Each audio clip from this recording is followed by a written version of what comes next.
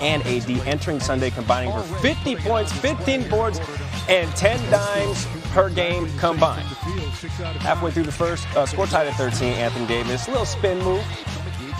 Thanks to the LeBron assist, Lakers up 2. Another LeBron assist, LBJ assisting on 10 of Davis's points in the first quarter.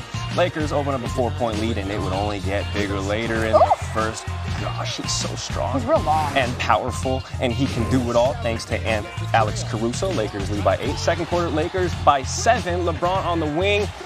He needs to score his 2. Gosh, he can still do it. 17 years and counting.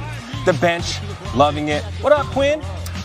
10 seconds until halftime. Lakers lead 71-65, and Davis with the touch. Had 27 at half. My teammates kept giving me the ball. And then, they were saying, go get 50. So at that point, you try to go get 50. When did they start saying that to you? Halftime.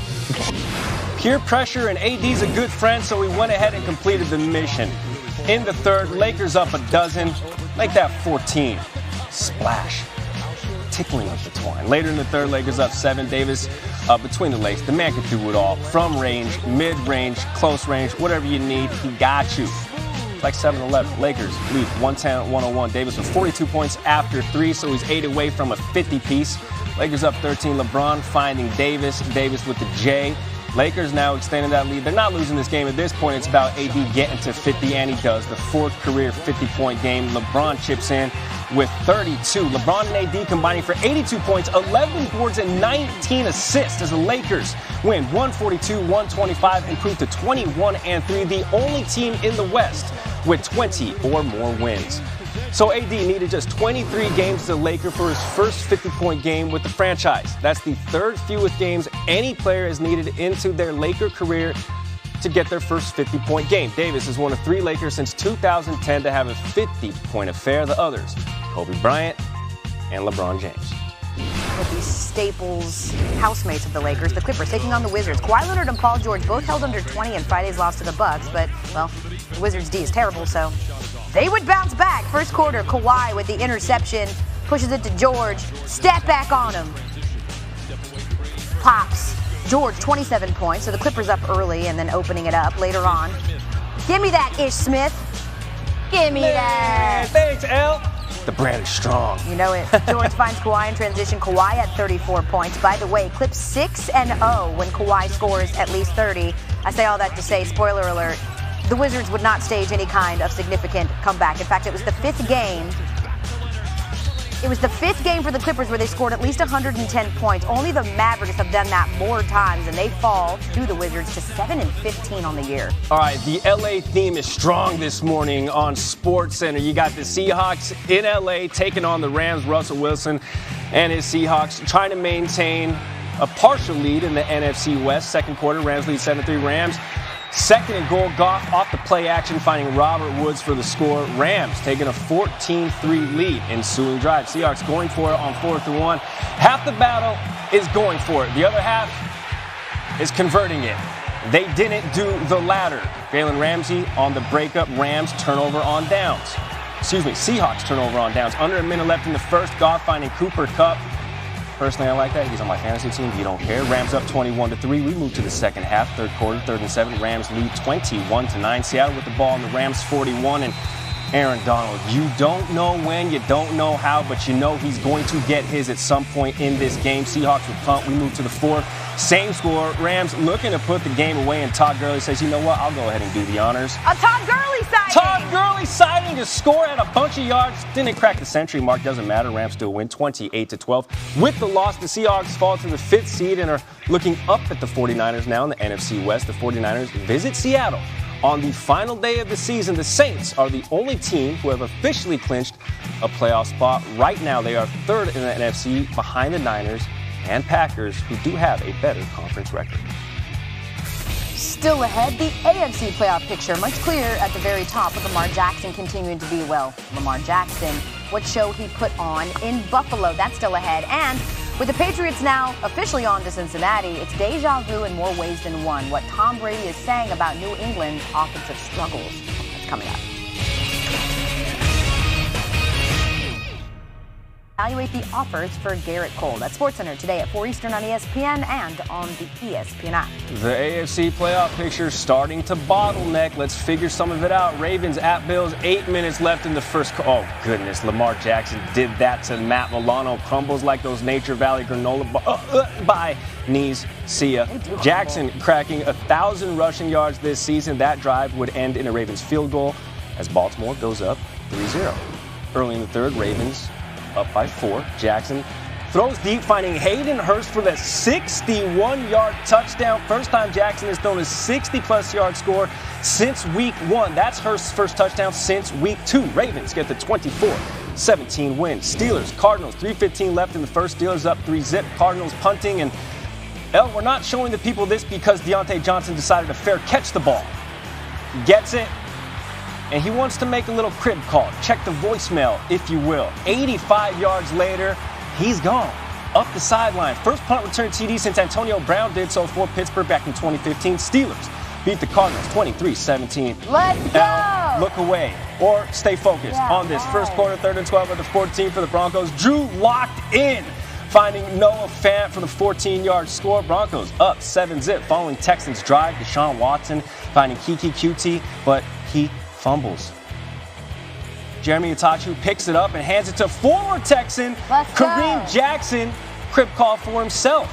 Locke went 22 of 27, 309 yards and 3 scores. Broncos, no one saw this coming. Stop lying. Beat the Texans 38-24. Titans at Raiders. Early second quarter, game tied 7-up.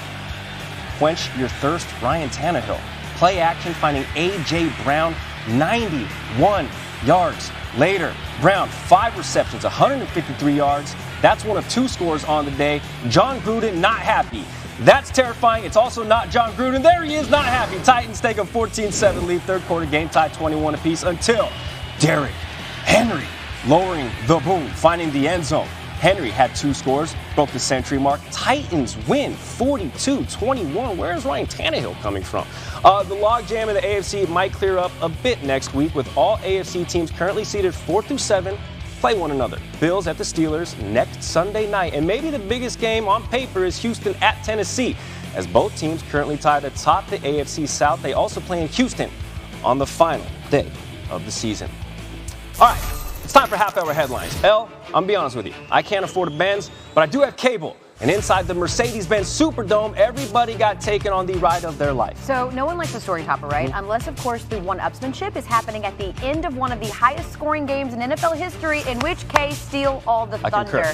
I mean, trading haymakers down the stretch, the Niners erased Drew Brees' late-game heroics with a Robbie Gould kick as time expired to beat the Saints in New Orleans in the highest-scoring game between 10-win teams in NFL history. Jimmy just called me a G with 4 passing TDs to Drew Brees' 5. Niners sit in pole position for top seed after the upset in L.A. You speak of that 28-12 final from the Coliseum where the Rams looked less like the third-best team in their own division and more like the team that made it all the way to the Super Bowl just last season. Now the road to defend their NFC crown is like driving through Kansas. It's long, and it doesn't look good. With 3 weeks remaining in the regular season, the race for the NFC West may come down to Week 17 when the Niners travel to Seattle to take on the Seahawks. According to our Football Power Index, San Francisco, they're the favorites to win the division with a 72% chance, while the Seahawks only have a 28% chance.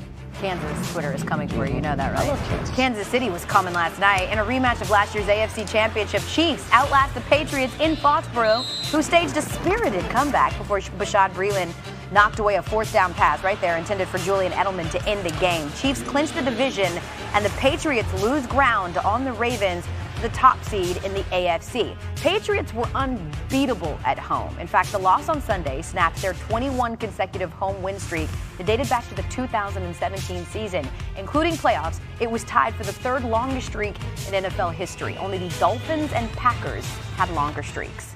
Okay, from New England's defense of home to Minnesota's defense at home, 2 picks, 5 total sacks, allowed just over 200 yards of total offense to the Lions.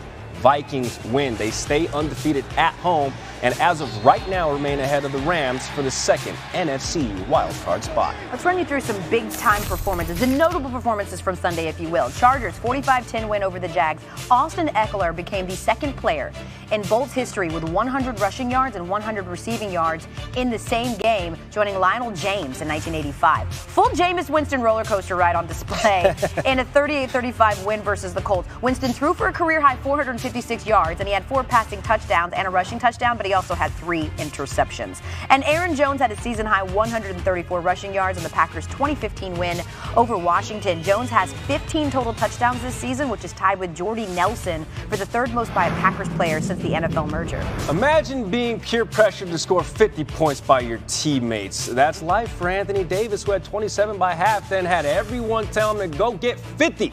Now imagine being good enough as a friend and a basketball player to make it happen. Davis filled the sheet up on 69% shooting in a Lakers win. Nice. The Lakers on a roll, now go on a 5-game road trip, which culminates December 19th against the other best team in the association. On the Eastern Conference side of things, the Milwaukee Bucks, the only other team in the league that has 20 or more wins. Patriots are the opposite of on a roll, right? They lost back-to-back games week 14 and 15 last year, so they do it essentially almost in the exact same manner this year, only it seems like it's a little more ripe for panic this year. Jeff Darlington has more.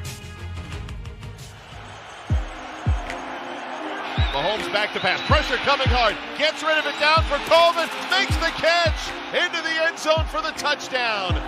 The Patriots just lost to the Chiefs. They continued to struggle to find their identity on offense. They looked at times too lackluster, too average for another Super Bowl run. And now, well, they're on to Cincinnati.